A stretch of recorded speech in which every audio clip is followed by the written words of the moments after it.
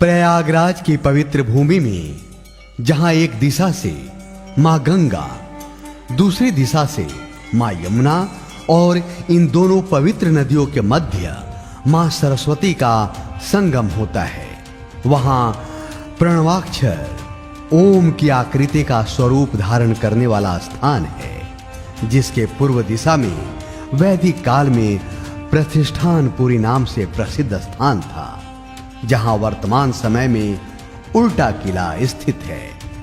वहीं से मां गंगा दो धाराओं में विभाजित होती हैं। एक धारा मनुपुर की ओर होती हुई अनवरत आगे बढ़ती है, जिसे बड़ी धारा कहते हैं। वहीं दूसरी धारा, जिसे छोटी धारा कहते हैं, ककरा गांव से होती हुई आगे बढ़ती है।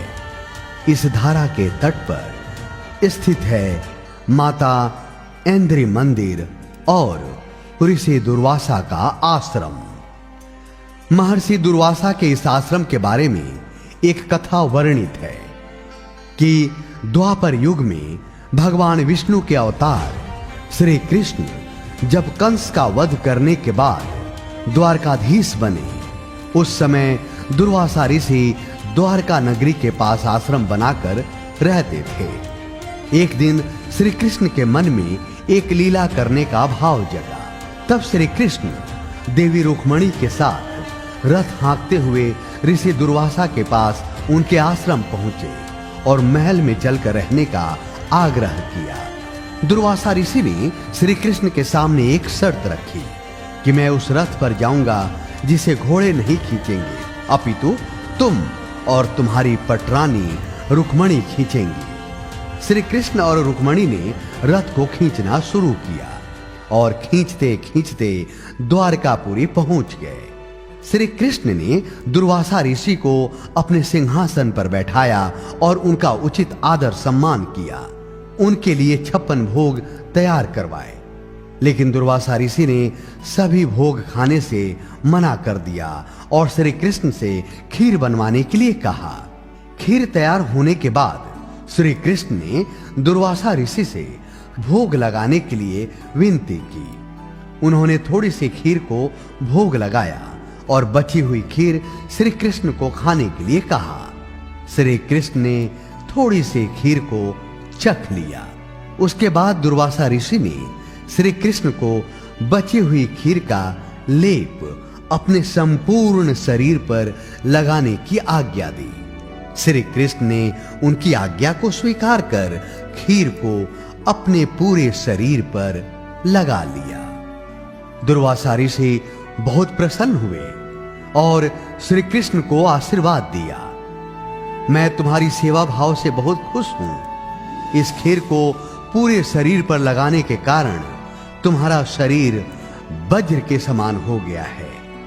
लेकिन जब उन्हें ज्ञात हुआ कि श्री कृष्ण के पैर के तलवे में खीर का लेप नहीं लगा है, उसी समय उन्होंने श्री कृष्ण को श्राप दिया कि जाओ, तुम्हारा तलवा सबसे कमजोर होगा और इसी के कारण तुम्हारी मृत्यु होगी। ऋषि दुर्वासा जी के ऐसा कहने के बाद श्री कृष्ण जी ने उनको अपने चतुर्भुज रूप के दर्शन कराए, तो उनको ज्ञात हुआ कि मैं तो कृष्ण को केवल ग्वालों का अधिष्ठा ही जानता था, लेकिन ये तो स्वयं विष्णु हैं। उनके मन में पश्चाताप उत्पन्न हुआ।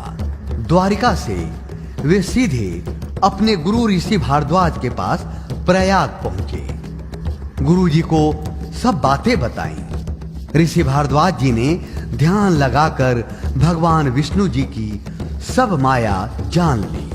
तब ऋषि भारद्वाज जी ने कहा, श्री कृष्ण आपसे लोकोद्धार कराना चाहते हैं। फिर भी यदि तुम्हें अपराध बोध हो रहा है तो तुम भगवान शिव की आराधना करो, जिससे तुम्हारे मन को शांति मिलेगी। अपने गुरु की आज्ञा पाकर दुर्वासा जी प्रयाग से पूर्व दिशा की ओर चल दिए। चलते चलते उनके संध्या वंदन का समय हो जाता है और संजोगवश वो स्थान गंगा का पवित्र घाट और भगवान शिव का एक मंदिर होता है। वो स्थान ककराह था, जो वर्तमान समय में ककरा के नाम से जाना जाता है। इसी स्थान पर दुर्वासा जी संध्या वंदन करके रात्रि में विश्राम करते हैं। दुर्वासा जी इसी स्थान पर रुककर तपस्या करने लगते हैं। उस समय इस क्षेत्र में दुर्मिल और धनु नामक दैत्यों ने उत्पात मचा रखा था। दुर्वासा ऋषि की तपस्या और यज्ञ को विध्वंस करना उनकी प्रवृत्ति थी।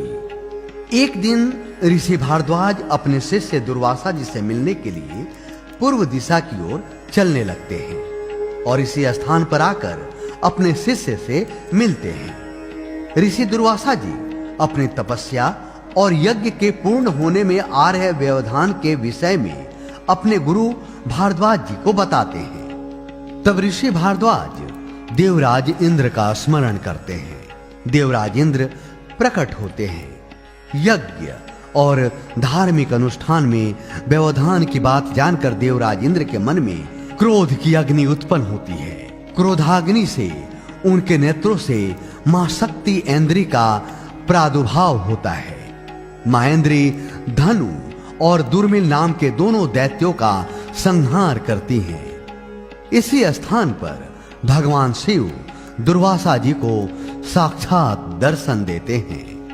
मां ऐन्द्री ऋषि दुर्वासा आश्रम से ईशान कोण पर 1300 धनुष की दूरी पर निवास करती हैं। प्राचीन समय में यहाँ जंगल हुआ करता था। वर्तमान समय में यह स्थान जमुनीपुर नाम से जाना जाता है। यह मंदिर देखने में बहुत ही सुंदर और भव्य है। माता ऐन्द्री के इस दिव्य मंदिर की मान्यता आसपास के गांव और जिलों में बहुत अधिक है। आइए हम और आप मिलकर दर्शन करते हैं सिद्धपीठ मां ऐन्द्री धाम के। मंदिर के मुख्य द्वार पर दोनों ओर हाथी की मूर्तियां बनी हुई हैं, जो कि माता ऐन्द्री की सवारी का प्रतीक भी है। इस दिव्य मंदिर में स्थापित माता ऐन्द्री की मूर्ति बहुत ही प्राचीन है। ऐरावत हाथी पर विराजमान माता ऐन्द्री के दर्शन करने मात्र से सभी भक्तों के कष्टों को दूर कर माता आनंद प्रदान करती है। इसी कारण से सहज स्वरूप में मां को क्षेत्रीय लोगों में आनंदी देवी के नाम से प्रसिद्धि मिली। इंद्र की शक्ति के रूप में मां का परिचय दुर्गा सप्तशती के 11 अध्याय के 19वें श्लोक में वर्णित है। यहाँ पर माता के दर्शन के लिए श्रद्धालु दूर दूर से आते हैं। दुर्वासा जी तपस्या के लिए यहाँ आए थे। तो दुर्वासा जी तपस्या नहीं कर पा रहे थे। 2 राक्षस यहाँ धनु और दुर्मिल रहा करते थे, ये सिरसा और दुमदुमा घाट पे। तो इंद्र शक्ति वहाँ प्रकट हुई माँ ऐन्द्री के नाम से। इनका नाम तो साहित्य में 108 नाम में 53वां नाम इनका आता है। ऐन्द्री के समान बुढ़ा वैष्णवी करुणासना, और लोग गवाई भाषा में आनंदी मैया के नाम से प्रसिद्ध है। यहाँ पे नाम इनका ऐन्द्री देवी है। और वहाँ पे उन राक्षसों का वध किया देवी ने। तो वहाँ से 350 धनुष की दूरी पर दुर्वासा आश्रम से यहाँ तक तो माता ने यहाँ स्थान लिया। माता ने यहाँ स्थान लिया और तब से यहाँ पे हर सोमवार मेला लगता है। माँ आनंदी के नाम से लोगों को आनंद कर रही हैं, इसलिए नाम आनंदी मैया इनका पड़ा है। और यहाँ दोनों नवरात्र में यज्ञ चलती है। इस साल तो बहुत बड़ी यज्ञ होने वाली है, सहस्त्र चंडी चैत नवरात्र में। कोई भी मनोकामना हो, 11 सोमवार नित्य दर्शन पूजन करने से भक्तों की मनोकामना पूर्ण होती है। मंदिर में श्री राम भक्त हनुमान जी की और भैरव बाबा जी की सुंदर मूर्तियां स्थापित की गई हैं। मान्यता है कि बाबा भैरव और हनुमान जी माता ऐन्द्री के रक्षक के रूप में यहाँ विराजमान हैं। हर सोमवार को मंदिर परिसर में मेले का आयोजन किया जाता है, जिसमें आसपास के श्रद्धालु मंदिर आते हैं। दुर्वासा आश्रम की तरह इस मंदिर में भी कुछ प्राचीन मूर्तियां जमीन की खुदाई के दौरान प्राप्त की गई थी, जिनके खंडित हो जाने के कारण पूजा नहीं की जाती। इसीलिए इन्हें मंदिर के पास ही सुरक्षित स्थान पर रखा गया है।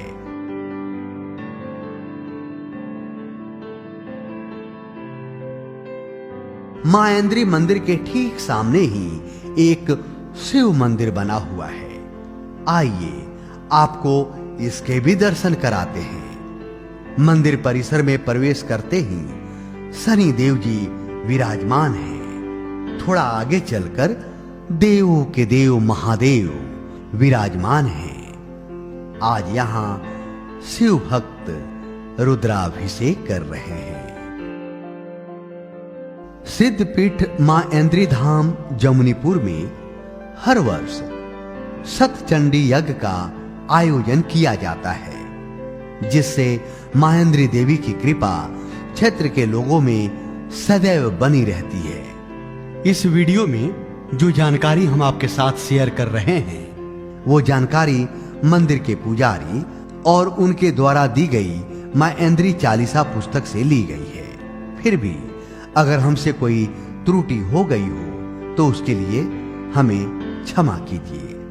अगर आप प्रयागराज घूमने का मन बना रहे हैं तो आपको इस मंदिर में दर्शन के लिए अवश्य आना चाहिए। आपको हमारी ये वीडियो कैसी लगी हमें कमेंट करके अवश्य बताएं। हर हर महादेव।